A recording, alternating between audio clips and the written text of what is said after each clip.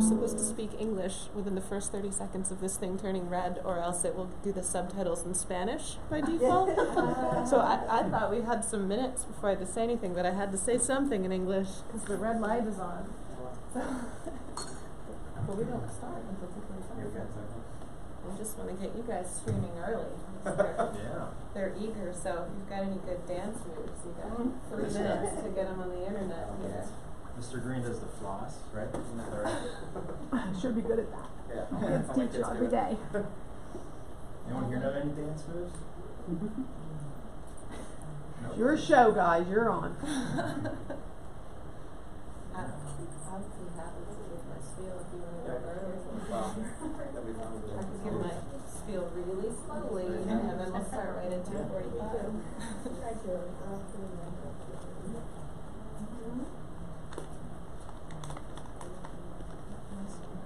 I feel like there are people who are going to be.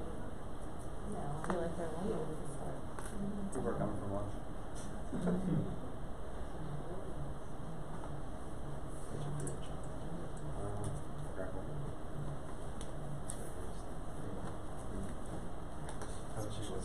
That special bar. I grew up in the next town over. Probably overdosed. They really like put me on a fast track to diabetes. It's dangerous to grow up around too much chocolate.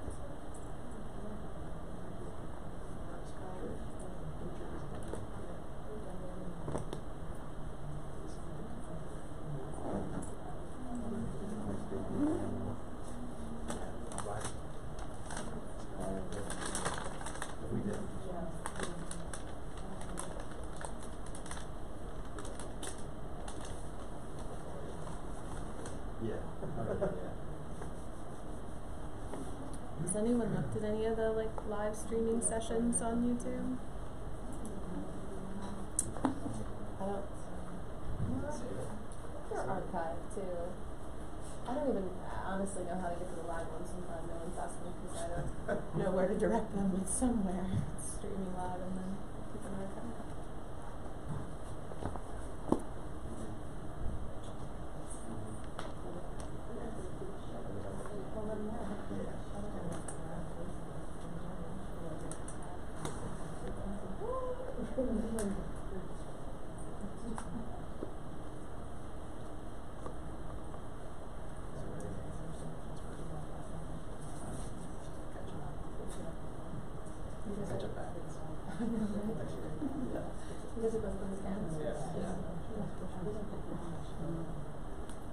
The weather didn't get in your way today. Yeah.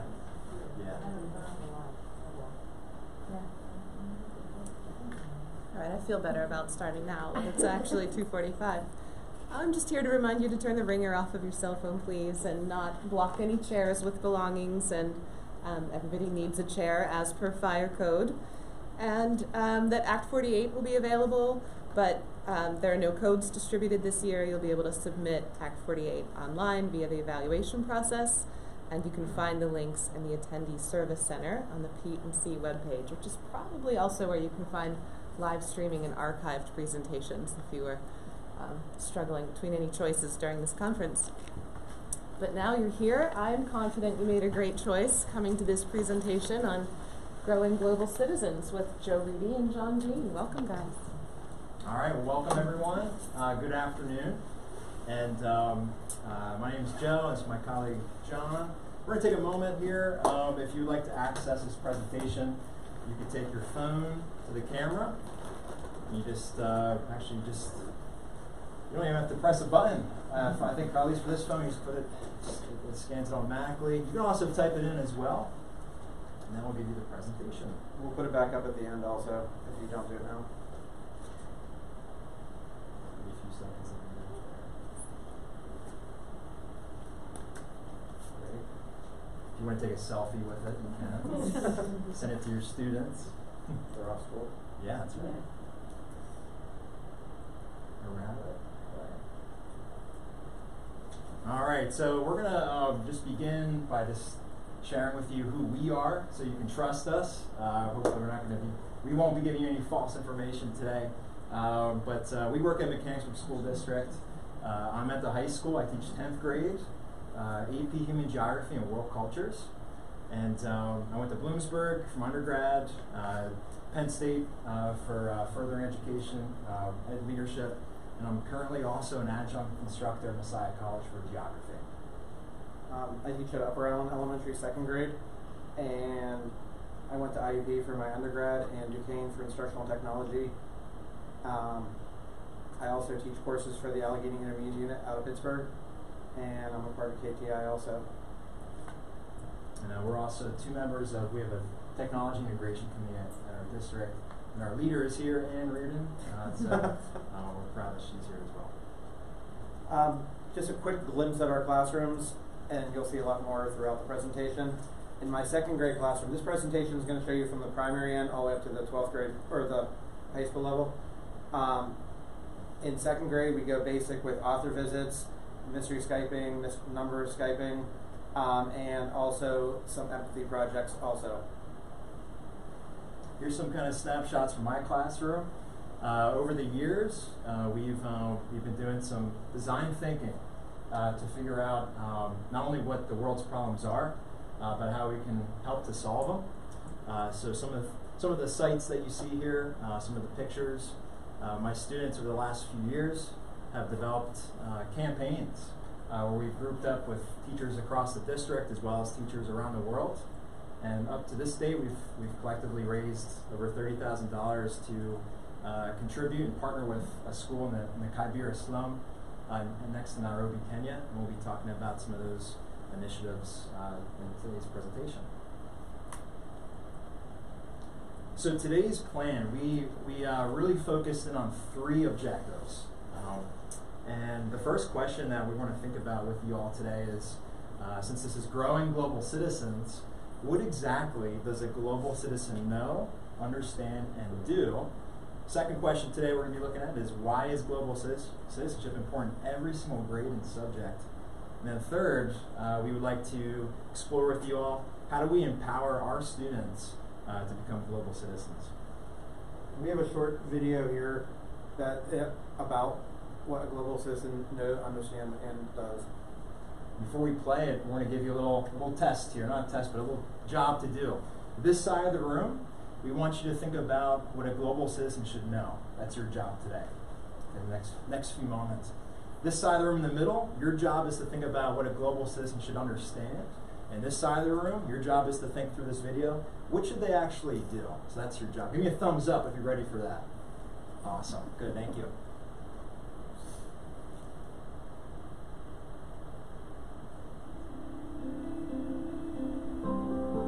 What does it mean to be a global citizen? To me, being a global citizen is understanding that everything's connected. Making decisions based on the good of everyone, not just ourselves. I am a global citizen. Only one planet. Loving people is the best way for you to be a global citizen. If we know that we belong to the same humanity, then we are brothers. Everywhere is my family. I am a global citizen. Depending on where a child is born, the access to basic human rights is so different. We can't limit our concern to national boundaries. We live in a world that is inescapably connected. What we do in one place affects someone on the other side of the world. I am interested in developing humanity, no matter where they are found. Ending extreme poverty. I think that it is possible. Everything that has a beginning has an end.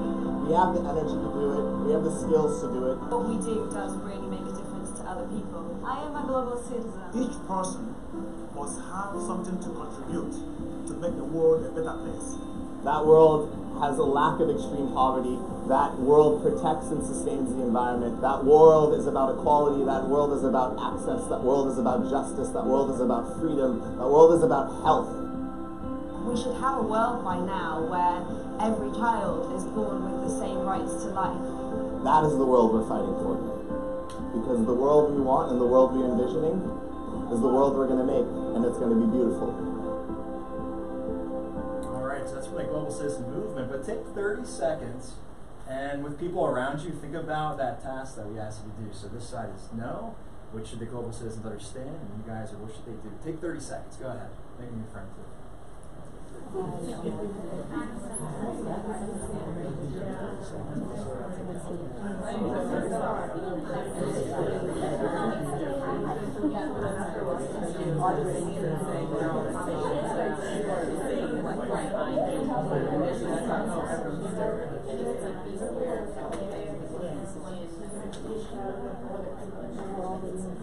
About 10 seconds.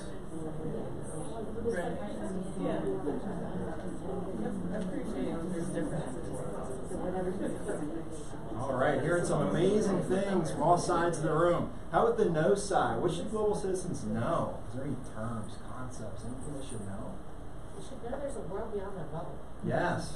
Yeah, and there's 7.4 and rising billion people other than that, right? Good, good. How about the understand? What should they understand? What deep concepts? Our decisions impact others. Good. Decision making and that it impacts a whole world of people. Good. What should they do? Take some initiative. Good. Make a change. Take action. Very good. Okay. Excellent. I guess we can go home now, John.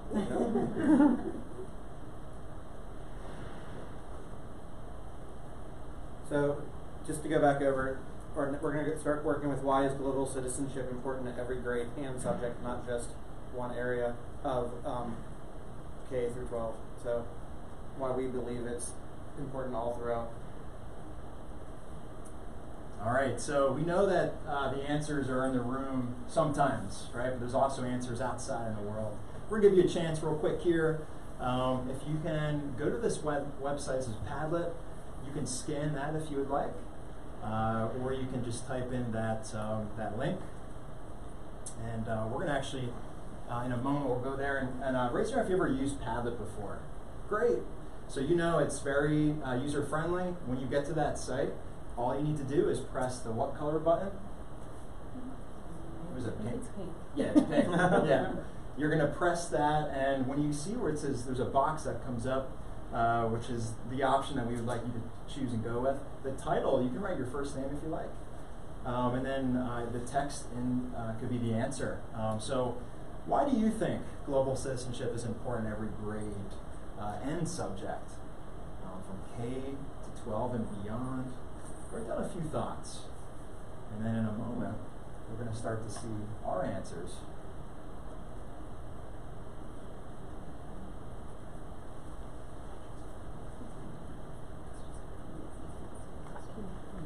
Now, as an aside, and we don't work for Padlet, but one thing to celebrate about Padlet is the choice that our students can use to be equipped with. They can record their answer, they can draw their answer, they can show us on Google Maps their answer. There's a variety of different things if you're ever curious with it. But as you type it, feel free to look at the answers from our colleagues in here. According to you, global citizenship is important in every grade, K through 12 and beyond, in every subject area because perspectives change. This is from where's Megan? Thanks, Megan. Yeah, perspectives change and values may change throughout different age levels. Where's Luke at? Luke, that's a great answer there that you have. Solving global problems takes critical thinking, and critical thinking requires thinking about. Now, I'm on the edge. Yeah. Thinking about all subjects. Yeah. So it can happen in any single place. And we'll just read one more. John, what's another one that you saw? Like Audrey's, that students are the future and the creators of their world. Outstanding. So we will keep this here, this website. So feel free to access those ideas at any time. If you haven't checked out Padlet, check it out.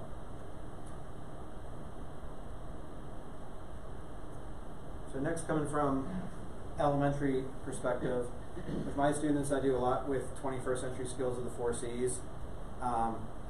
And thinking of critical thinkers, I want my students to know about other places and knowing, like someone already said, it's not their bubble.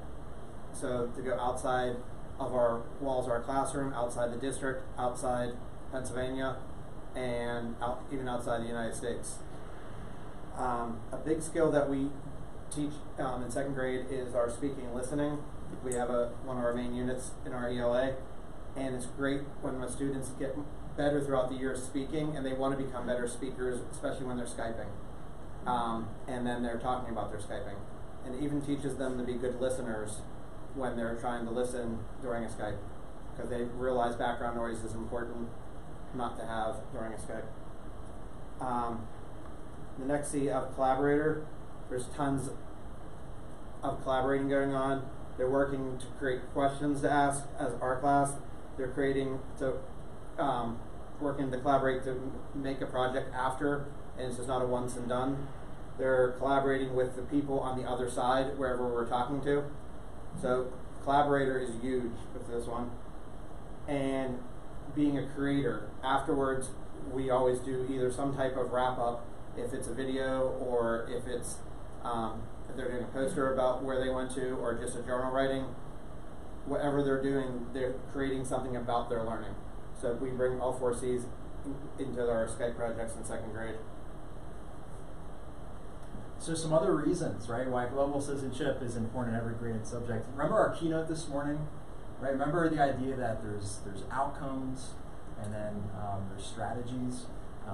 You're going to notice today that we've really tried to not emphasize just to use the tool of Skype or FaceTime or Zoom because it's there and it's fun and engaging, but look at our outcomes. And if I want to get expertise about urban geography problems in my 10th grade class, I am obviously not the expert for that. I live in suburbia, right? That's not my cup of tea. But I do know somebody that is an urban planner that works for the Harrisburg area for developing the roads around it. And what a person to tap into for expertise. I need that expert in my classroom, and I need to connect my students to them. Exploration. We're going to be mentioning an individual that we work with who lives in the Kibera slum outside Nairobi, largest slum in East Africa. He takes his phone into the slum with him, and he shows our students what it looks like to live on less than $1 a day. And that's something that we can't replicate in central Pennsylvania, to see that. Other things that exploration and global citizenship can do in every graded subject is perspective building. I think Megan said that before. And cultural empathy. We need that more than ever before, especially in our day and age. And as teachers, we're on the front line of making people make sure that they understand that there's other decisions and viewpoints other than being an American. Different forms of communication. They can practice all sorts of different types, as John said. Different styles of presentation, diving deeper into questions, right, as our keynote shared this morning. Solving global issues together and connecting all throughout the community.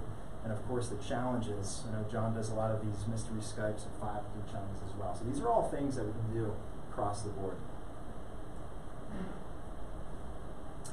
So, Mike Soskell. You guys remember Mike from last year's, I think it was a Wednesday morning keynote, right? Wednesday lunch. Mike is a friend of mine. I'm happy to call him a friend. I actually met him here at PNC like 4 years ago. He had a presentation called Empowering Students to Change the World. Wouldn't you attend that too? And I went there and it changed everything for my teaching, transformative. He says that global citizenship is important in every graded subject because every problem in the world that we face, there's a solution inside of our children's minds. Even the kindergartens, even the preschool kids. There's something in there that adults we can use. He says that everything's built on empathy, and global collaboration facilitates that. So Mike, among many accolades, he was like PA Teacher of the Year, I think in 2017. The Varkey Foundation has something called the Global Teacher Prize, and he was actually one of the top 10 finalists. And he's a Pennsylvania guy, right? And he works up in Wallen-Pawpack School District up in northern Pennsylvania. And he was chosen. And we recommend that you watch this little video at some point in your own time. And it will spark something within you. Recommend it. But we do want to share with you one video that he shared. He couldn't be in here with us today and do a live Skype. He actually recorded this for my classroom about a year and a half ago. But it very much pertains today. So let's watch this and think about how he might answer it, that question.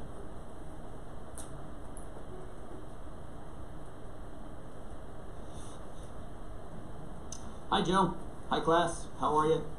My name is Mike Soskell. I am the 2017 Pennsylvania Teacher of the Year and a former top 10 Global Teacher Prize finalist. And I apologize for not being able to talk to you live today, but I'm actually going to be teaching an osmosis lab to my 5th graders during the time that you're in class, so I'm not able to join live. But I wanted to send you this video message because I know that you're going to be looking at the ISTE standards, and specifically standard number 7, which talks about students being globally empowered and using global connections to really drive their learning forward. And when you look at all of the ISTE standards, I really, for me personally, I found that global connections are the way to bring in all of those other things that are addressed in other standards.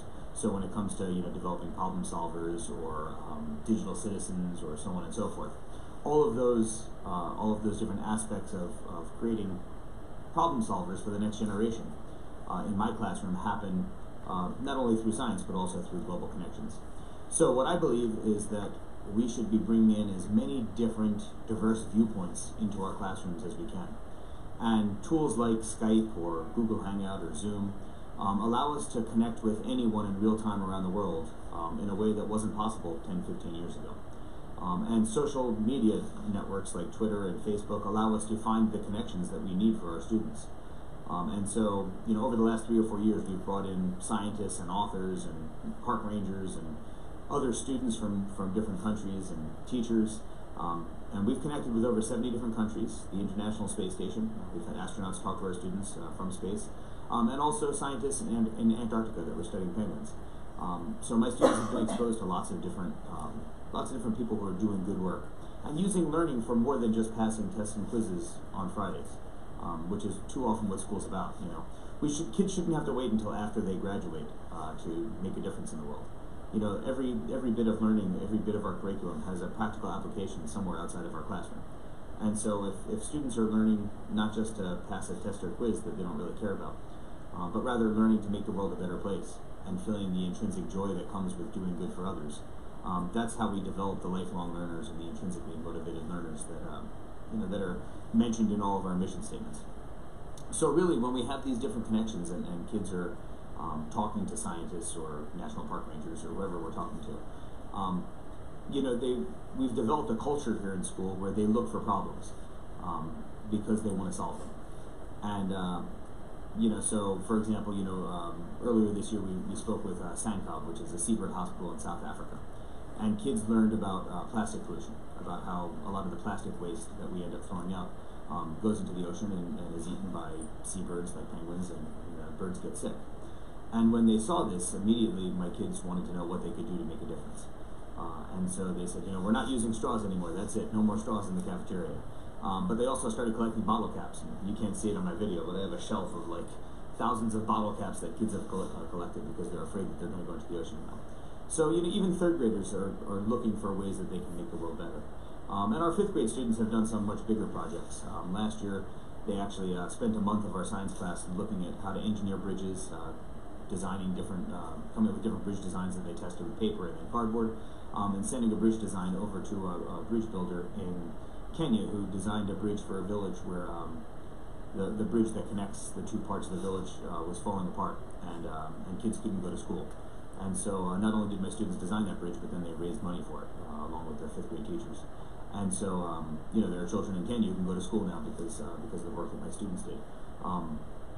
Which, when my students learn the positive impact that their learning has had, it drives them to want to do more of that kind of work, to seek out more problems. And so once that culture is developed in your school, and you don't have to think that globally, you can identify problems in your own community and bring in experts that can help you with that from outside your community if you need to, or even just look at people in your community that can help solve problems. But once kids get in the habit of using their learning to look for solutions to problems, that's where magic really happens. And so some different resources that you can use other than social media to find these kind of amazing people to come into your classroom. Skype in the Classroom is a great resource, so that's education.skype.com. Also Living Maths, Steve Sherman from South Africa has interviews with some really amazing people, so that's Living Maths with an S, because Americans are the only one that are the only people that have math as singular. Everywhere else around the world it has an S. So livingmaths.com is Steve Sherman's organization, and you can look for different different connections that he has. He looks for really amazing people and does interviews and invites classrooms in to talk with them. Google has a site, Exploring by the Seat of Your Pants. If you do a Google search for that, that'll come up, and that's using Google Hangout, some different virtual field trips. Discovery Education has some great content, where they'll take you to different STEM labs and factories and show you what's going on with STEM in those different places. So there's lots of different ways to bring these people into your classroom. So I hope that helps you see a little bit of how to use global connections to make learning more relevant and more exciting for your students. Feel free to reach out to me if you have any more questions, or if you want to bounce any ideas off me. I can be reached most easily at Twitter. It's at msoskil, M-S-O-S-K-I-L. You can also go to my website where there's lots of different videos and resources that you can use to help you get started in this area, and that's michaelsoskil.com, Michael, S-O-S-K-I-L.com, and that's got all kinds of stuff on there, including a contact form where you can send me an email. So hope that helped. Sorry that I couldn't join you live, but have a great session, and good luck changing the world. And we loved the fact that even though Mike couldn't be here with us to do a live Skype, that you can always record, right?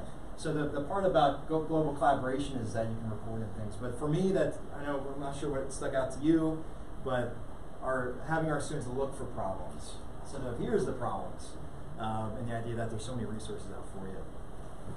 I was lucky enough recently to be working with my students on a Skype to the school in Africa we work with, and my students surprised me on finding big problems, and it grew into a bigger project we'll talk about later. So we can connect all learning to the UN Global Goals, and if you want a spot to start, the United Nations comes out with these goals every so often. You can kind of argue that these 17, which you're going to be watching a video in a moment, a really short video, 50 seconds or so. We all face these 17 issues in our communities, local, nationally, global, any place on earth. So this is a very tangible spot to start. And this is just a little kind of a preview of the 17 goals from the United Nations.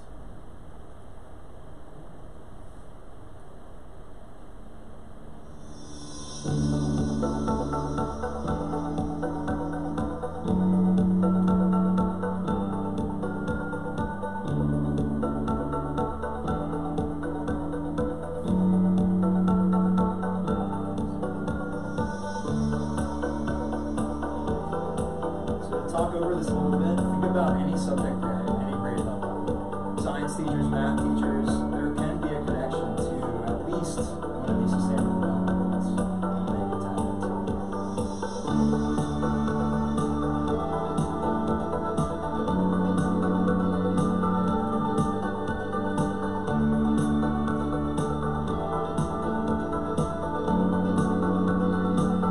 And the United Nations website for sustainable development goals has a ton of resources, and our community on Twitter is massive. So there's always an educator working on it as well.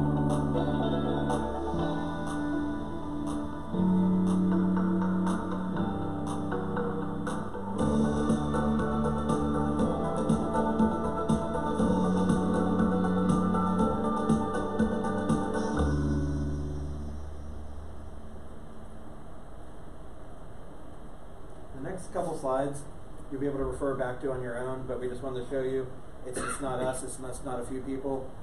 Here you can see Michael Dell from Dell Computers, and we have some words bolded here for you: developmental of global awareness, innovative solutions to the issues facing the world. You're going to see on the next couple slides other people. Yo-Yo Ma, right? World famous musician who's all around the world. He always says it's students need to develop social and emotional capacities, which was the big theme last year. You can see in this fourth industrial revolution, we need people that can empathize. Next one is says expand children's learning beyond the school to the globe, like we've been saying, get outside the walls. And this curriculum here from Ed Reimers, if you want to see a curriculum that's K through 12 and beyond, he put together actually a curriculum that integrates global citizenship. It's fascinating. And he says that we're always global citizens. It doesn't even end when you graduate high school. you're a global citizen to the very day, your last day on Earth, and your legacy is global citizenship. And the next one we thought was important to bring in was just not experts in the world or people in the business world, but we thought we'd bring our students into it. So you're going to hear both second graders and the high school students. Second graders, I'll tell you, are a little bit softer speaking than the high school students.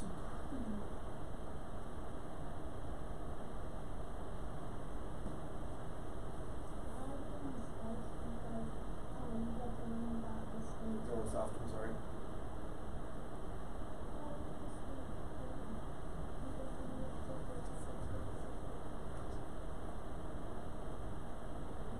They were basically all talking about when they're Skyping, they're getting to meet new people and learn about where they live. You'll be able to hear it better. For some reason, it is a very soft speaker in here. Cute kids, though. You can when you access the slides and take them home with you, you can hear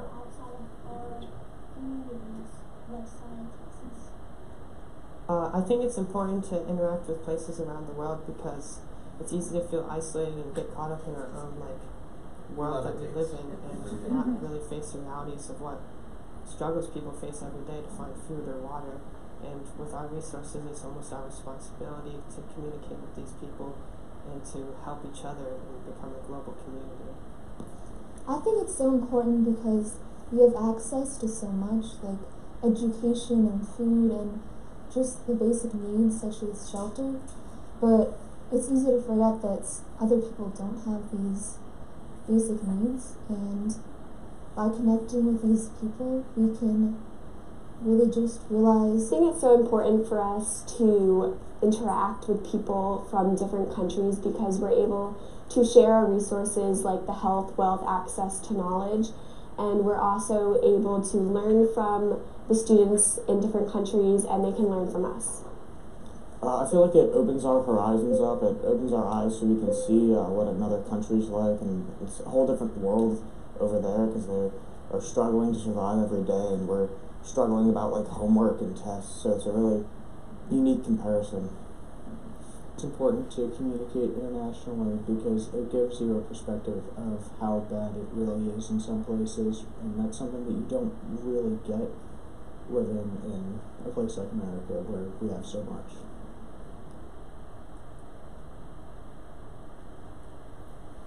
All right, so you heard from the students just now. It is clear as day when you present them the messy problems of this world that they don't want to be armchair philosophers. They want to do something about it. And so far today we've looked at what a global citizen actually knows, what they understand and do. And then secondly, we've looked at why it's important in every single grade and subject. The next thing we're going to be spending some time with is a little bit about our journey and how we can actually empower our students to become global citizens.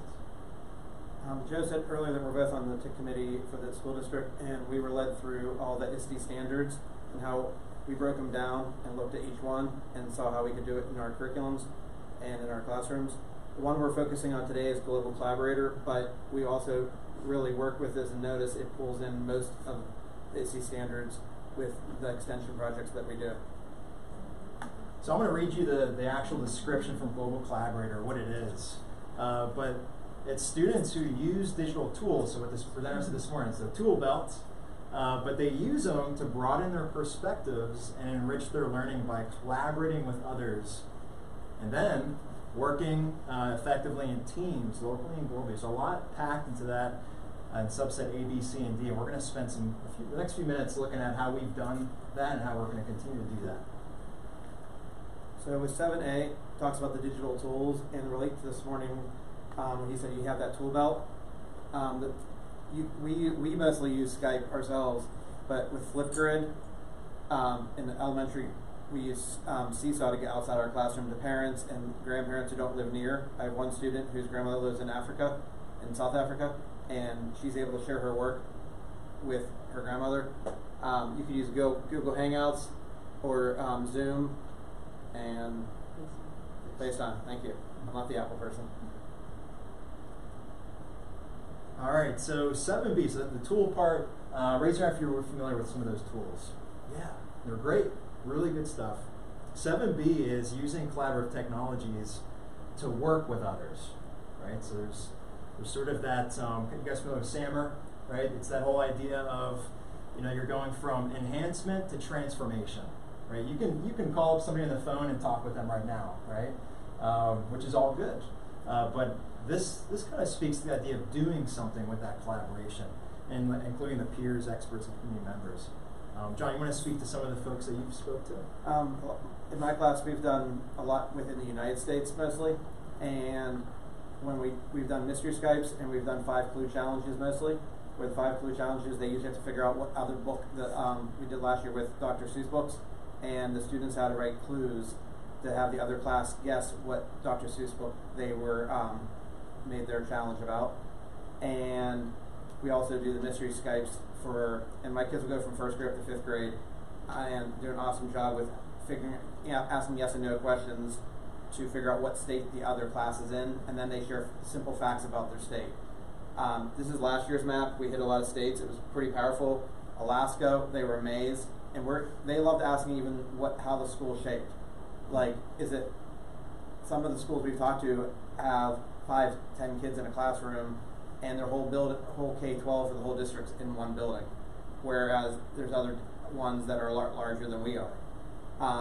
The other thing that we've done is a couple years ago, and just recently, my kids have talked to the same school, the Cherry School in Kenya, and the kids got a tour of the building, and they asked a lot of amazing questions to the head of the school and asked what needs that he had, and then they came back and said, how can we help him? And they've actually right now, and the last day for this drive they're doing right now is this Thursday, and they've been doing shoveling snow, cleaning parents' houses, and they've already raised over $370 to raise snack for the students, but he said their kids don't get snack. So they found a problem that they wanted to help solve. So it's been amazing working on that at a 2nd grade level. Yeah, and on my side of things at the secondary level, as I said before, we need experts for the content and to learn from. I have a cousin who works at Google, which is the coolest job ever. And she's right there, Aubrey. She works actually for Google Maps, right? So geography is in the family. I was teaching my students, we were going through some concepts about maps. This is the beginning of the year in my unit called AP HUD Boot Camp, Human Geography Boot Camp. And I wanted them to see how maps change lives. So I contacted my cousin Aubrey, and I said, Aubrey, can you speak to my students about how maps can change lives? So she's like, Joe, you got this. I love maps too. So she gets in touch with her team, and Google's been working with a lot of people in developing countries, India, Nigeria, and right now they've been working on projects to actually put on maps where the public toilets are at. And as you can imagine, knowing where a toilet is at is very important, especially in some parts of the world where cholera is epidemic. So she's sharing this, right, this dialogue. She was talking about Dominican Republic, where they're actually charting on maps handicap accessible paths, because those are the parts of the world where sometimes this technology is not. My kids were floored, and by the way, my girls in my class were so empowered by my cousin, who made it up the ranks from an English degree and is now that humanities connection to a bunch of computer scientists. They loved it. I have a student that I used to have. She's Jordanian, and she lives about 5 miles from a Syrian refugee camp.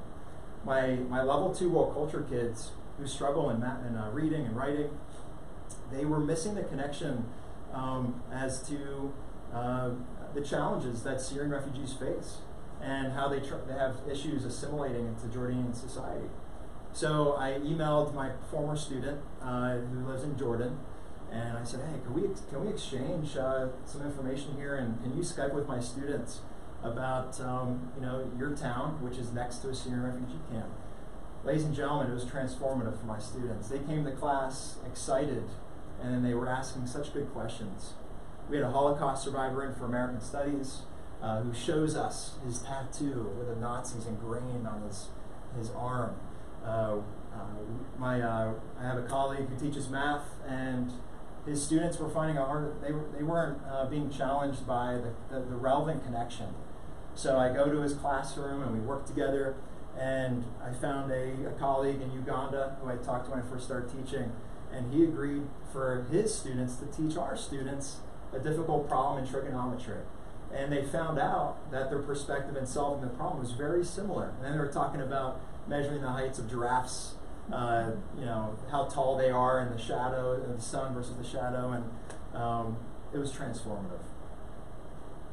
Can we go back to second grade for a moment? When we read a lot of stories from picture books or chapter books, the students started bringing in about the setting and that they knew where that state was or how the climate was because what season it was and how the weather would be based on their Skyping. So they made connections in the other parts of the curriculum, so it wasn't just like to go out and Skype.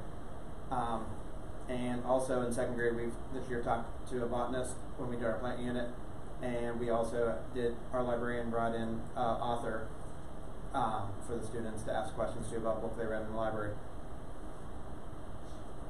Okay, so 7C is real fun. They're all good. They're tough.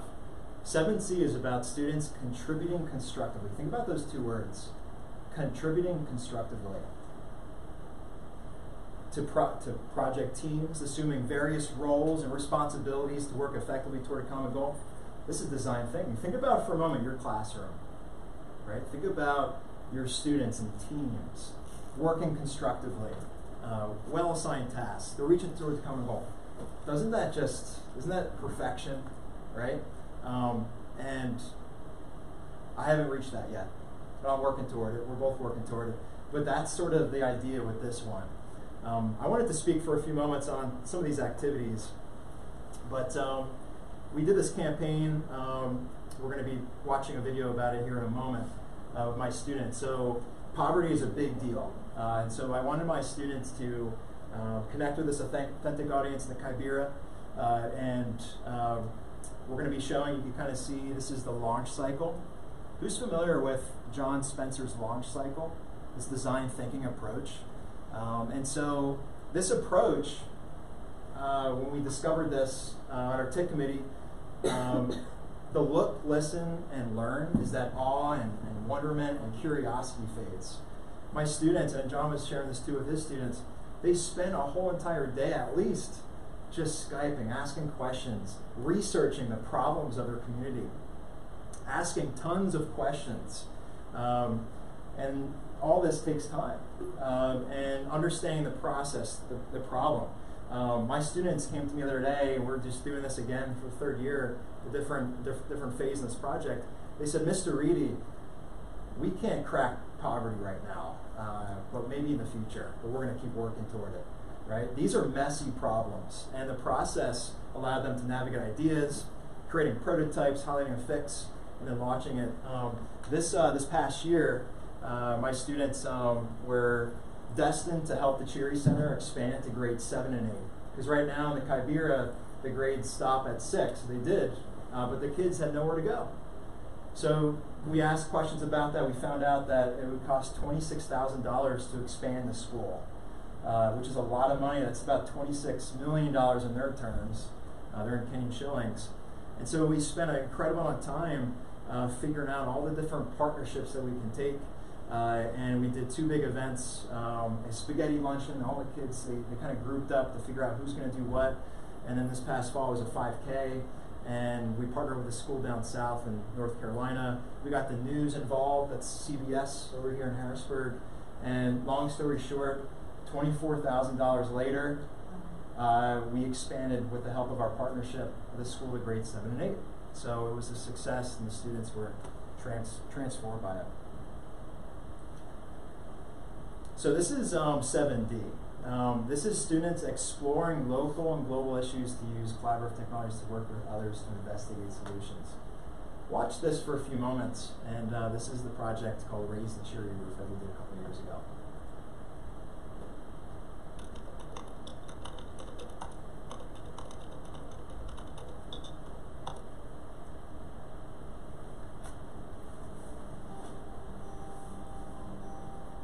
Have you ever heard a friend of yours complain about school?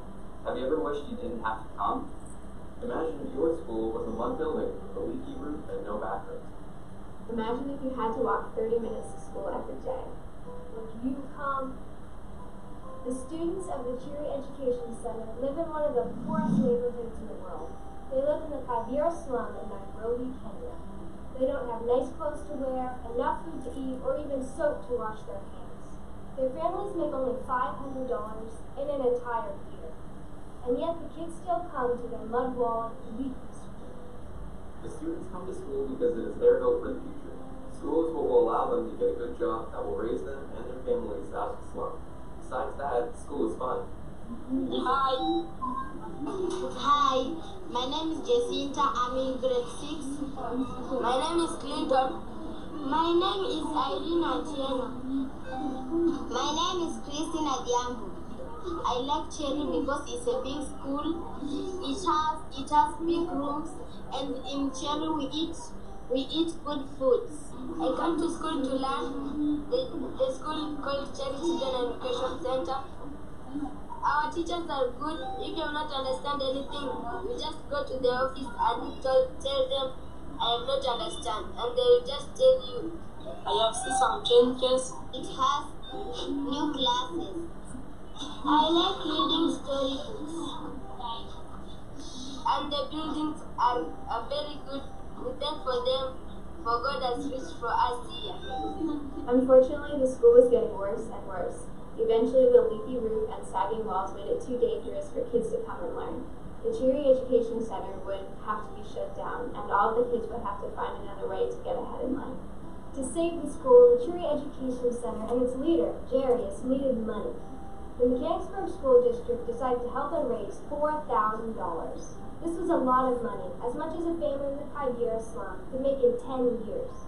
But with enough money, Jarius could build a new building, 2 stories, 3 bathrooms, 10 classrooms, and a leak-proof, long-lasting ceiling. And, best of all, electricity. Could we do it? Kids all through Mechanicsburg gathered together and gave their spare change. We raised not just enough money, but far past our goal. We raised $8,300, enough to build the school of Jarius's dreams. Better even than helping the Nairobi kids to go to school was a feeling of community and connection that this project developed between 2 different groups of kids in vastly different situations, but still with a lot in common. Connecting with students 8,000 miles away is a good experience for high school students. It allows them to be exposed to other areas of the world and have a better understanding of culture. It's great to be able to connect with people who usually wouldn't be able to interact with. You get to hear things that you don't hear. You get to see a new world. A lot of times in social studies classes we learn about people all over the world, but it's very rare that you actually get to connect with them and learn that there are some ways that you're very different. Like the kids over there had 6 or 7 siblings in their family, but in some ways we're also very similar. What I learned about is that kids at the Cheery School play kickball. My favorite part is Skyping with the Cheery Center. We're singing songs. We say frog in the meadow. One thing I love from Skype in Kenya is that jungle means hi. It made me feel a little bad that they had so little but seemed so happy to be where they were. It inspired me to do more things for others. I think that it taught me that everyone working together can do a lot. And just little by little, everything will get better. So thank you everyone who gave. Thanks to your love and involvement, a group of kids lacking a lot of luxuries can have an essential. A good school to go to. Thank you for raising the Cheery roof. So that was a student-generated video. They had a team that was, their sole job was to look back at the whole process and then create this video to thank our community. So that was a powerful experience. And one thing to know about the Cherry School, it opened 2009 with 3 students, and this month they're hitting 500 students. So they've really grown over 10 years. And if you want that contact information, I know we still have a couple more minutes left in our presentation. but I spoke to the headmaster a few hours ago, and he is more than willing to connect with each of you in this room. So if you want a good person to start, that's Jairus. We put this back in just to, again, say how it does go beyond global collaborator, that you can see it's innovative, designer, creative communicators, empowered learner. It does hit throughout all the ISTE standards. So our contagious diffusion, that's what we call this idea of spreading knowledge. That's why we're all here. 4 years ago, listening to Mike, going back to our technology integration committee, sharing this with other professionals, and John was there, and then going out on, and partnering with other communities in our building and outwards, and then. So basically, when he presented at our committee, and then we started talking, we worked on a part of the project together. We both went with ideas and how can we make this K-12, and we've been working together on different projects, especially with the Kenya school. So we wanted to share how we got to here with that by him coming 3 years ago and hearing the presentation he told you about earlier. So we hope today you'll be doing something similar, hopefully, right? Taking this back to your communities. So I'll quote last week of the ripple effect of empathy. So the more people see it and hear about it, the more people in the world will be helped. Next couple parts are going to be just where you can find connections. Microsoft has a great website where you can find experts to talk to, virtual field trips, guest speakers, and people who would like to Skype. That's Microsoft's Skype in the Classroom website. So here's some connections. These are from actually from Mike. A couple of these resources from him, Sasko. Twitter is an outstanding place, as well as Facebook, to find experts. And some of those hashtags, Skype to Learn and Mystery Skype, you will find educators just like yourselves that are willing to do this stuff. So here's some connections for you. Here's some other ones as well, some other connections you can make on Twitter. So we put some names in there for you. All right, hands down, this is the best, from my experience, the best hashtag to find educators from around the globe. And this is the Varkey Foundation, the Global Teacher Prize. These educators are very, very, very willing to connect with you. And they're all over the place, all over the world. And as we already said, Facebook and Twitter are amazing to find. That's where I find a lot of my connections for Skyping. There's lots of groups you can get into. Empatico was mentioned last year at P&C, a website to go to find empathy projects and Classrooms Connect. ePals is another great one. Any Kevin Bacon fans in here? All right, this is from Mike as well. He always shares this too. But seriously, we are never more than 3 degrees of separation from the connection you need for your students. If you want a professional in your classroom to supplement your knowledge about math or relevance about a project, ask your parents, ask the students' parents, where do they work? Maybe they know somebody who could be that exact person you're looking for. Language barriers, time zones, what to do if there's a classroom like in Mumbai, India, and when you get to school, they're already going home from school. There are so many ways to go about that. Skype, you can leave a video message. You can coordinate that with the teacher in advance. You can do so many different things. There's actually a translator as well. Since Microsoft bought on Skype, there's a tremendous asset there. And then time zones, you can coordinate different ways to do that, but those are some tricks. That was especially in the younger grades, time zones was something we had to teach how, and it goes nice with our space unit too because of rotating of the Earth. It was another way for them to realize that not everyone's on the same time, and we were able to teach them how to look at different time zones across the United States. All right, so before we finish, literally about 5 hours ago, I tweeted my good friend in the Kibera, Jairus McCumbee, the headmaster, the principal of the school, and I said, Jairus, we're presenting today, sharing the story about the Cheery Center, but can you ask one of your students how global collaboration has made a positive impact on their community? This is what they said. Listen to this. Hi, my name is Clinton.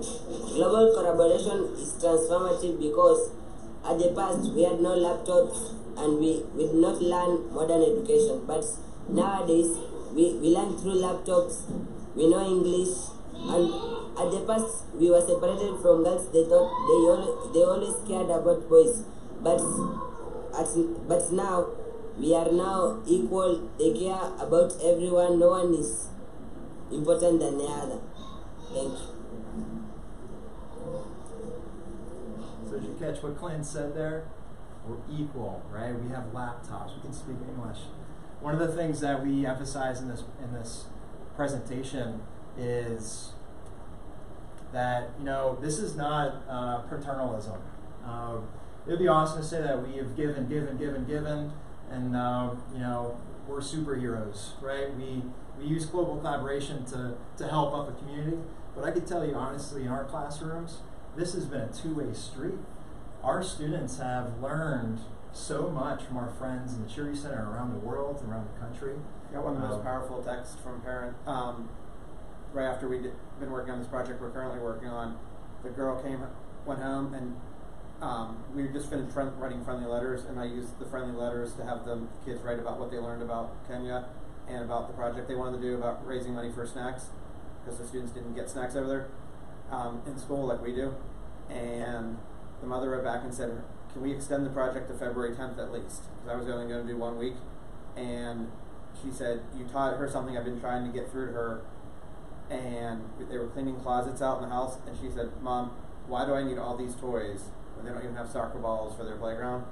And she goes, for my birthday party, which was just Saturday, it was a tea party, and I went to it. And she said she asked all the people coming to the tea party to bring donations for the project versus giving her toys that she won't play with as much. So she said, I can't believe someone finally got through to my daughter on other people in the world don't have what we have and are as fortunate as we are. Real quick to go back on the laptop, they have 5 laptops for 500 kids in the whole building. So that was another thing my kids really got a wow out of. They said, look, we have one device per kid in our room. They only have 5 for the whole school. They couldn't believe that difference. So it did hit them hard. So we're on a journey, right? We're on a global citizenship journey. This proverb I look at daily. It's on my wall when I get to my classroom. We have placards for teachers, and we do hope today that you see that global citizenship is a journey. We're not any single person or teacher or country going fast forward, although it does look like that sometimes. But I think we can go very, very far in ending our world's big problems and helping our students solve some of these messy problems if we go together. So we want to just share this ending slide here. If you would like to connect, this is a little interesting thing. If you go to that site, you don't have to. You can put a pin on a map. And on that map, you can put your name and your school district and your social security number. I'm just joking. And we'd love to connect with you there. We'll be sticking around for a bit. So if you have any questions or ideas or suggestions, we are here for that. Thank you very much for coming today, too. Appreciate it. Drive safe.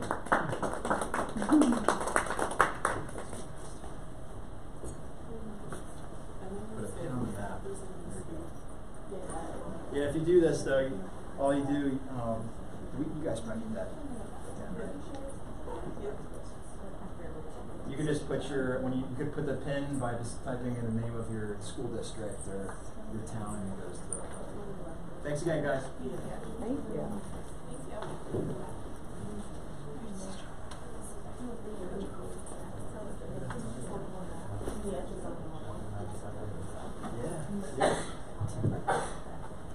Let's see it.